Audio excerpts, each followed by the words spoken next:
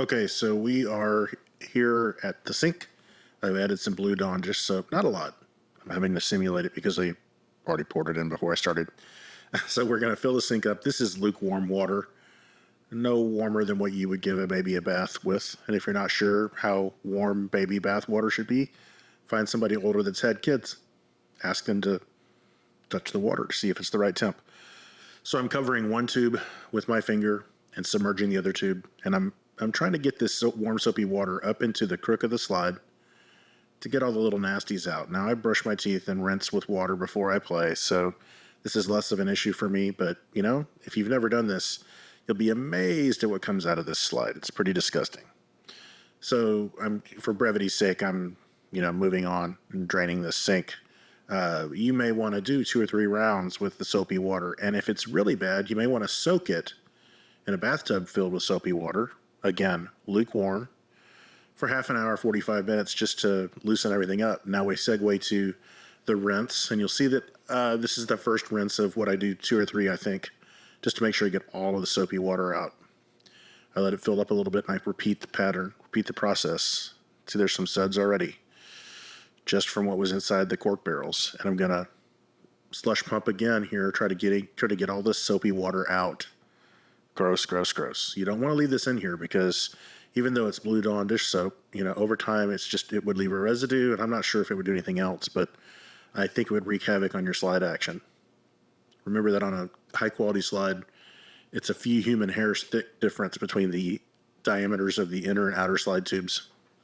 So you're going to do this until everything rinses clean, over and over, and then we're going to segue here in a minute, letting this drain out, back to my office where I awkwardly show you for a long time. Well, I guess not. This is my desk. I'm showing you first. The awkward part will be here in a minute. I'm using spray away glass cleaner.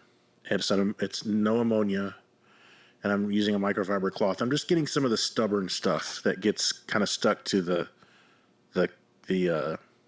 stockings at the end of the slide. I eventually use my fingernail or thumbnail and scrape off some of the really dried stuff, but I'm able to get most of it. And I'm not sure if this is the dried slide lubricant or if it's biomaterial, but it's good to get it off of there because it'll change the action. Now here's the awkward part where I show you the contour of the end of the trombone slide cleaning rod. You can't really tell because I couldn't get it to focus. It's a little better there. You want those edges near the top to be rounded as much as possible. In fact, if you have a grinding wheel, you can round them off more. But what I'm going to do is take this Slido Mix cleaning rod sheath, put it on the cleaning rod, and I'm going to find where bottom is. I'm going to use my thumb and finger. Bob Hester, who's an old school slide tech in Houston, great trombone player, wonderful gentleman, showed me this years ago. Use your thumb and finger as your guide so that you're not jamming your slide cleaning rod into the slide crook. And I'm bored, so I'm looking out the window. I'm going to repeat for the other tube. And you notice that I'm grabbing the tube that I am cleaning. Always grab the tube that you're cleaning. Don't hold it from the other tube. You end up putting extra tension on the slide tubes and can throw things out of alignment. I'm bored out of my mind, but got to clean it out. And that Slido Mix sheath is machine washable. I use the Yamaha slide lubricant, which is their variation on Slido Mix, or some of the other different brands that exist. And it's hard for me to show. I'm just a little bit, down near the stockings on both tubes. Just I'm mouthing it, stockings.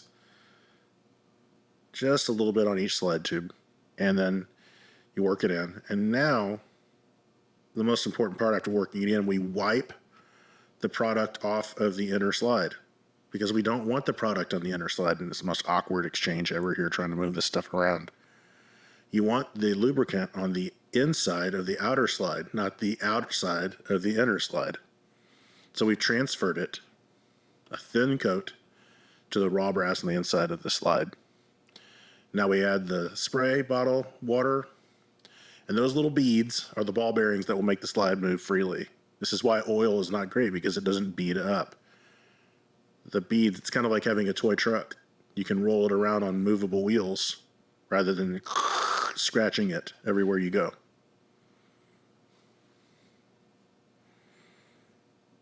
And if you do this right, provided the slide is dent-free, straight, parallel, and the tubes are round, your slide will be like new again.